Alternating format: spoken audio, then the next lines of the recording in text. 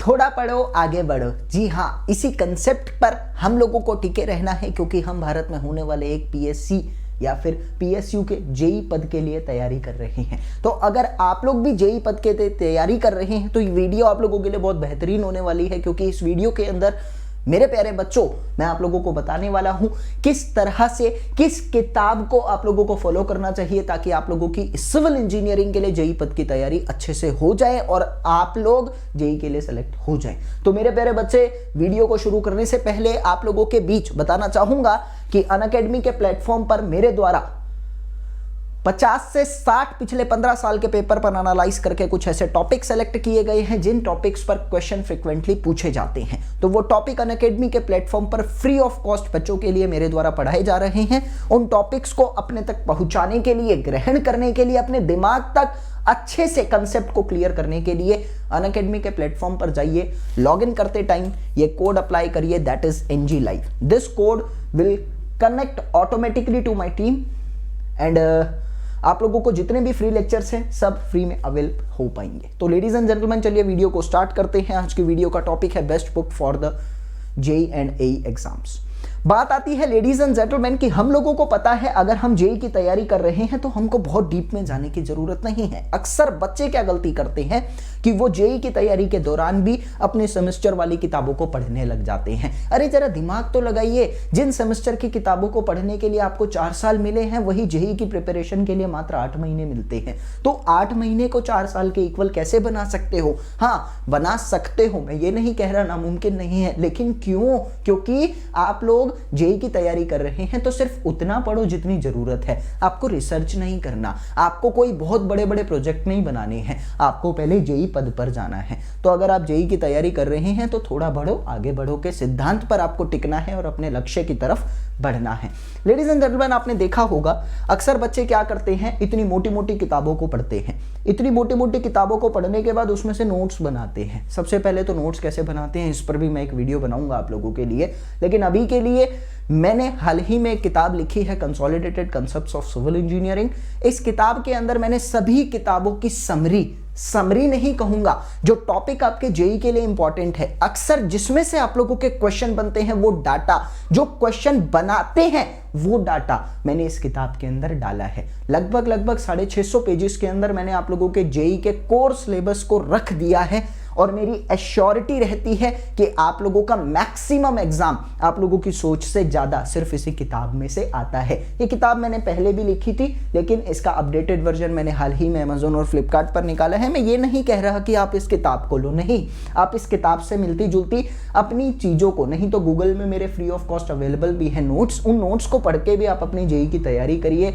इतनी मोटी किताबों की तरफ जाने की जरूरत नहीं है। कहने का मतलब है वन लाइनर कंसेप्ट आपके जेई में अक्सर पूछे जाते हैं और आप लोगों को वन लाइनर की तरफ जाना है। थोड़ा पढ़ो आगे बढ़ो। इसी के साथ वन लाइनर रटना बहुत मुश्किल हो जाता है और मानो ना मानो आपके एग्जाम में रट्टाफिकेशन वाली चीजें आती हैं। उसी रट्टाफिकेशन को इजी बनाने के लिए छोटी सी स्ट्रेटजी मेरे द्वारा आप लोगों के बीच लाई गई है कि आप जब भी वन लाइनर पढ़ो, वन लाइनर पढ़ने के साथ साथ एक प्रैक्टिस बुक अपने साथ जरूर रखो। ये प्रैक्टिस बुक किसी भी तरह की हो सकती है। प्रीवियस ईयर क्वेश्चन से अलग कह रहा हूं, प्रीवियस ईयर क्वेश्चन बाद की बात है। प्रैक्टिस बुक आप कोई भी ले लीजिए, मैं किसी का नाम यहां पर नहीं दर्शाना चाहूंगा, मार्केट में बहुत सारी अवेलेबल है जिसमें सिर्फ ऑब्जेक्टिव क्वेश्चन होते हैं। उन ऑब्जेक्टिव क्वेश्चंस को ये बुक पढ़ने के दौरान साथ के साथ सॉल्व करिए। आप लोग मानना मेरी बात को, अंदर का लगने वाला डर खत्म होगा, आपका कॉन्फिडेंस बूस्टअप होगा, आपको जिंदगी में जीने में मजा आने लगेगा। क्यों? क्योंकि आपका कार्य पूर्ण होता रहेगा। टेक्निकल की बात ये है और यही स्ट्रेटजी सेम आप लोगों को नॉन टेक्निकल के लिए भी फॉलो करनी है, क्योंकि आपके एग्जाम में कोई रिसर्च पेपर नहीं आता, कोई कुछ लिखने के लिए नहीं आता। आपको सिर्फ ऐसी चीजें बोली जाती हैं, हमारे देश में ये हुआ था, कब हुआ था, यानी रटो रटो और रटो, क्योंकि आप जेई के लिए जा रहे हैं। तो रटने का सिर्फ एक ही कंसेप्ट है कि रटने के साथ साथ प्रैक्टिस करोगे, जितनी प्रैक्टिस करोगे उतना ज्यादा अच्छा बनोगे, because it is very conceptual चीज कि practice makes a man perfect. ये बिल्कुल सच है, तो इस चीज को फॉलो करिए। लेडीज एंड जेंटलमैन, एक बात तो समझ आ गई है कि मोटी बुक्स को नहीं पढ़ना, उतना पढ़ो जितनी जरूरत है और थोड़ा पढ़ो आगे बढ़ो, मुस्कुराइए, क्योंकि आप जेई के लिए जा रहे हैं। हाँ, जब हम एमटेक की तैयारी करेंगे, जब हम गेट की तैयारी करेंगे, जब ईएस की तैयारी करेंगे तो हमें बड़ा पढ़ने की ज़रूरत है, लेकिन जेई के लिए नहीं है। तो गलती मत करना, अगर आप मोटी किताबों में पढ़ रहे हैं तो मेरी बात को बिल्कुल मान लो, आपका सिलेक्शन नहीं हो पाएगा। क्यों? क्योंकि ज़रूरत से ज़्यादा पढ़ रहे हो, और वो पढ़ रहे हो जो एग्ज़ाम के ट्रैक से अलग है। अरे दूसरे रास्ते पर जाओगे तो मंजिल दूसरी मिलेगी ना, जिस पर जाना चाहते हो वो थोड़ी मिलेगी। मैं ये नहीं कह रहा पढ़ना गलत है, लेकिन अभी उस रास्ते पर चल रहे हो जिस पे जितना पढ़ना है, पहले मंजिल तक पहुंच जाए, फिर उसके बाद सिक्योर होकर दूसरे रास्ते पे निकल पड़ेंगे। समझना मेरी बात को, तो उतना पढ़ो जितनी ज़रूरत है, नहीं तो हालत हो जाएगी ऐसी। ये नहीं बनाना, ठीक है? खुश रहना है, देश के जवान हैं हम, हमारे चेहरे पर किसी भी तरह की शिकस्त नहीं होनी चाहिए। क्यों? क्योंकि हमारे चेहरे के नूर को देखकर हमारे देश के नौजवान हमसे सीखते हैं, जीते हैं और उसी तरह का कार्य करने की कोशिश करते हैं।